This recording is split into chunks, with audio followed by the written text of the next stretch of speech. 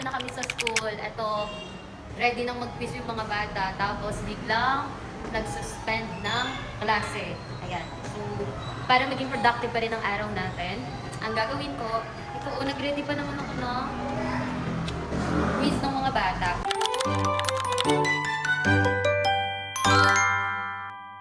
So, ang gagawin ko ngayon, isi-send ko sa mga bata, kahit umuwi na sila, ayan, magsisend ako sa kanila ng mga activities, mga dapat nilang gawin, para makapag-review sila. Sayang kasi, ilan lang naman yung absent namin ngayon. Ilan lang.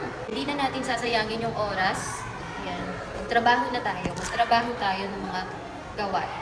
So ako, honestly, I only have 2 hours na tulog. So, okay lang. Praise God. Kasi, sabi ko nga, doon sa praise report ko, galing ni Lord kasi kapag magtuturo na ako, magtatrabaho na ako, binibigyan ako ng strength ni Lord. Naiintindihan natin bakit kailangan magkaroon ng suspension of class.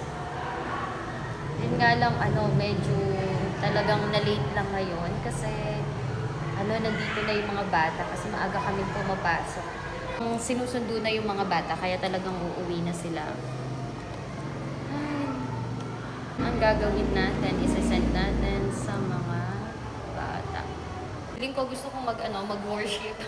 Wait, mag-worship muna tayo. Kasi parang narinig mo yung ingay, yung iba yung plano mo, tas nagbago. Kailangan, natin yung mind natin. Kontrolin natin. I-relax natin. Ikalma natin. Ikalma. The perfect love of Jesus.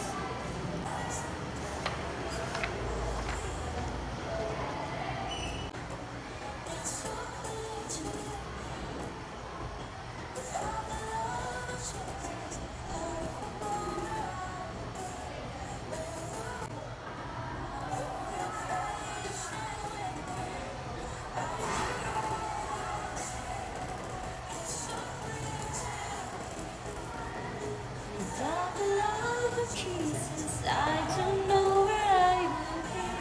Overwhelming grace covers all my days. The perfect love of Jesus is everything. Hindi pa tayo uwi kasi si Sir Neil meron silang orientation sa online sa grade level nila. Kakain na muna tayo kasi masakit yung tiyan ko. Then actually,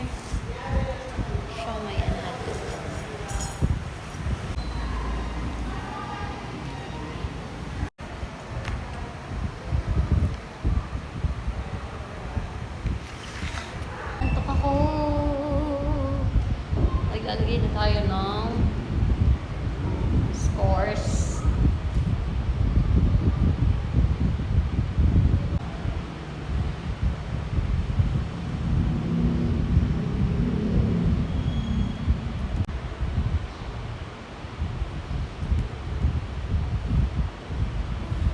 Okay, bye-bye everyone. Very good yung mga students ko, mga nag-o-online.